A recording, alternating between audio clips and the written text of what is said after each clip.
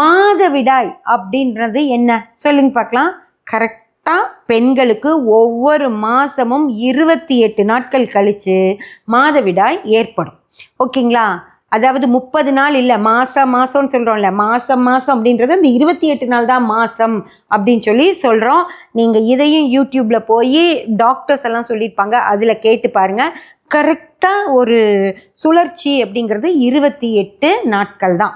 ஓகேங்களா? அந்த 28 நாட்கள் சந்திரனோட சுழற்சி என்னவோ, நம்ம உடம்பு அப்படின்றது தண்ணியால் ஆனது. தண்ணியால் ஆன உடம்பை சந்திரன் தான் முழுமையாக ஆக்கிரமிச்சிருப்பார். அந்த சந்திரன் 28 நாளில் ஒரு சுழற்சியில் வருவார். அதே சுழற்சி 28 நாளைக்கு ஒரு தடவை தான் நமக்கு மாதவிடாய் அப்படின்ற விஷயமும் வரும். அதை கால்குலேட் பண்ணி தான் ஒரு கரு உண்டான தேதியிலேருந்து டாக்டர்ஸ் ஒவ்வொரு நம்ம மாதம் கணக்கு போடும்போது தப்பாக வரும். ஆனால் டாக்டர்ஸ் கரெக்டாக 28 நாள், ஒரு மாதமும் 28 நாள் கழித்து உங்களுக்கு குழந்தை டெலிவரி இந்த டேட்டில் ஆகும் அப்படின்னு அவங்க சொல்கிறதும் இந்த மாதவிடாயோட கணக்கை வச்சு தான்.